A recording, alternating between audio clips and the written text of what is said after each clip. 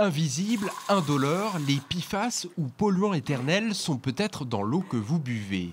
Ces substances quasi indestructibles ont été détectées dans 96% des villes testées par les associations UFC Que Choisir et Génération Future. À Tours, ce médecin retraité s'est chargé du prélèvement selon un protocole bien précis.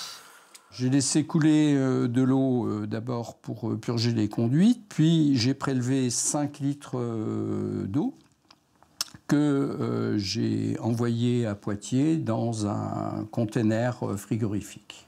Là-bas, un laboratoire spécialisé a testé la présence de 33 molécules sur des milliers existantes. Le résultat est sans appel.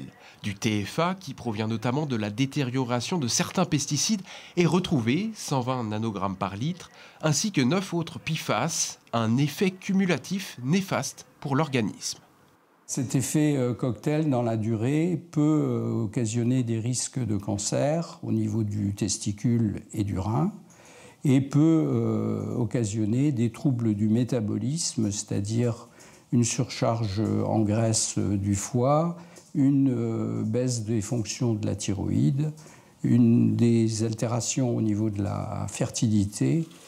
En 2026, la France appliquera des seuils réglementaires dans l'eau potable pour 20 PFAS. Un seuil trop laxiste pour le député écologiste Charles Fournier, mobilisé sur le dossier depuis des années.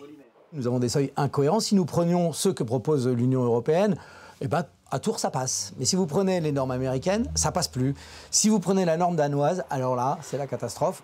Nous n'avons toujours pas de législation robuste, nous n'avons toujours pas d'interdiction de la production et donc des rejets de ces polluants éternels.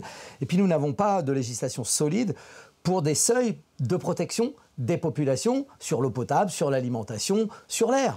Interdits ou restreints depuis quelques années, certains polluants éternels se retrouvent encore dans l'eau captée dans la nappe alluviale de la Loire. Un scandale sanitaire qui risque de perdurer.